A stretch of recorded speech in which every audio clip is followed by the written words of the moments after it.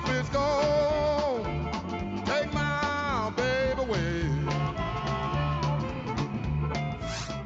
Hey guys, Reed Solo here. So, SCHthack just reset their entire server, which means... Hope it's gone. Oh, right. Take my baby away.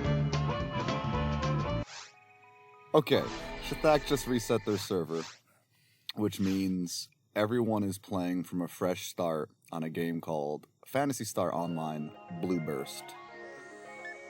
It's a pretty great game. I think you should probably call it a cult classic.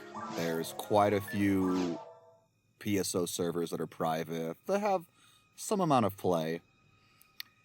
And it's a game that has a special place in my heart because it was one of the games that dominated my childhood. Not as much as Diablo 2, not as much as Counter-Strike. But honestly, PSO was up there. I had a Dreamcast, and I was a proud Dreamcast owner, and that's the last console I ever owned for good reason. SCHthack deleted the entire server, or I guess I should say Varista, who's the guy running it now, and he wanted a new start, and he had been unhappy for ever since I started playing again. Basically, I played on SCHthack years and years ago, before the first wipe, which was accidental. There's a whole bunch of people saying, SCHthack just keeps wiping. When's the next? The first was an accident, and there wasn't a backup, because the person running it was a lazy piece of shit. And when the server got restarted, I lost my original character, but I made one a little while ago and played it off and on. The people who ran the server from that point on, they did a lot of good things. I think too many people, they made a few really poor decisions. In fact, I don't know whose choice this was. The worst decision anybody made was made it so you could get photon drops from team points. In the end, the server was inundated with broken weapons and everybody was too rich. And the problem is everybody wanted to be more rich, so then they made more broken items. Power creep is a problem that happens in so many games, and I just don't understand why, because it's completely unnecessary. Good content doesn't mean I need to feel more powerful every second. That's not engaging. It's a problem in WoW. It's a problem in Diablo 2. It's a problem in PD2, to be honest, a little bit. I think they're doing okay with power creep as of now, but, you know, we'll see. So, he reset the server, and everyone's starting at level 1. It's a new beginning. You can log on, and there's actually a fairly active community right now. It seems like at its peak, there's like 20 people online, and there's usually 4+ people online all day long. So, if you want to play, let's go through the classes of who you should pick. Let's see, we got Hunters, we got Rangers, well that's interesting, and Force. Ooh, they look exciting. Well, let's go through a little breakdown. Hunter, huh? Humar. I wonder if this guy's good. No, he's not. He's probably the worst character in the game. I mean, is he the worst? There's literally no reason to play him. He doesn't have traps, he doesn't have shifted to ban, he has low techs, he doesn't have, like, any interesting gear that sets him apart. There's no point to play Humar. Hunuero. I'm a big fan of them, Varista is not. We've had an argument about this. They need a lot of gear to get good. So that's why I put good-ish. They do get level 20 techs, level 20 shifted to ban, but they're going to struggle for a long time. How about this guy? Is he any good? Yeah, he is. HUcast, what up? Best class in the game, no doubt, from the beginning to the end. High ATP, doesn't matter, he destroys. And traps. How about this one? Hucasil. Oh, that's interesting. It's a female cast who's a hunter. She has traps.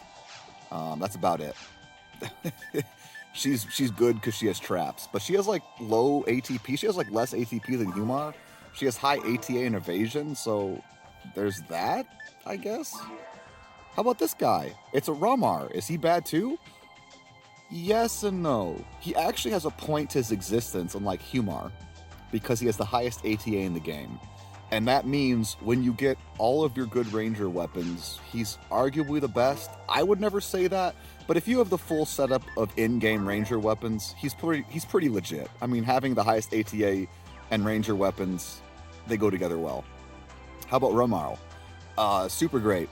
I think better than Romar because she gets those 20 techs. She has more options to her. She doesn't need just the best gear to operate. They're both good choices. It's just, they're going to take a long time to get good. How about this guy? Another cast. That means they're just good, right? Yeah, he's pretty OP. He's got traps, super high ATP. He has like higher ATP than HUcast. He's nuts. How about her? She has no reason to exist. I think she has less of a reason to exist than HUcast. But she has traps, which means she's pretty fucking broken. It's just kind of how this game is. All right, so forces. It's a meme. Yeah. Okay. What about this other force? It's a female force. I wonder how good she is. Oh yeah, totally meme. Phone Nuam. He looks cool. I guess if you like fucking retarded elves. Yeah, he's a meme too. and this last one. Forces, they're good support characters. They do have some ability to farm on their own in certain areas, and they can cheese it. They just don't really have a legitimate in-game, and they don't have a good beginning game. They have more of a reason to exist than Humar, trust me. But yeah, I think the best in-game is Fomar, just so you know. He's the best support character. Fonuero has some nice things about her. I hate Fonuum. I think he sucks. I'm a Fomar and Fonuero kind of guy. I think they're by far the best. But I always played HUcast. I played HUcast from Dreamcast. I did play a lot of Fomar. I played a few other characters. But I'm a HUcast guy. So as you can see, you can actually get skins. I believe the skin I choose is a skin you can download. And it looks pretty legit. And in the end, if you're watching this, you know I say, yo, fuck tier list, right? I'm just another guy in chat. PSO is a long grind. So it's a longer grind than Diablo 2. A much, much, much longer grind. This game was literally designed based on two ideologies, ARPGs and MMOs. Japanese MMOs, which are the grindiest of all MMOs.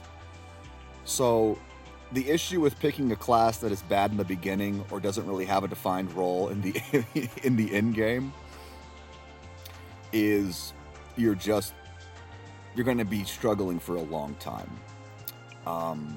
If you want to play a Humar, but there's like no point to play him. Like if you want to play a hunter that's not a cast, play a Huni, because she'll actually have a role in the end game. You know, level 20 Shifted to Ban, level 20 Gel and Zalure, and she's still got those hunter items, which are just the best in the game. Unless you count ranger weapons, but those things are broken, right? We don't count those. And then there's ranger weapons and rangers in general, where HUcast is good, beginning to end game, traps, high ATP.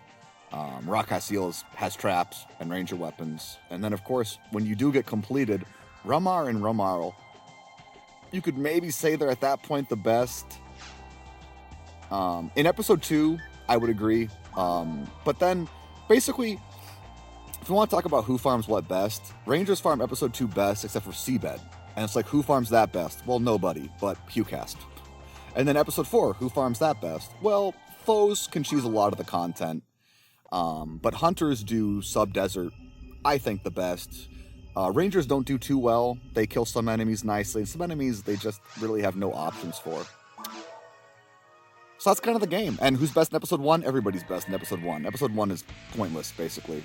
Mines can be tough, and HUcast are best at that. Basically, HUcast are just best at everything. So that's all I gotta say. Enjoy some Sonic Adventure music. Skeleton King out, I guess. If I'm gonna keep using that moniker.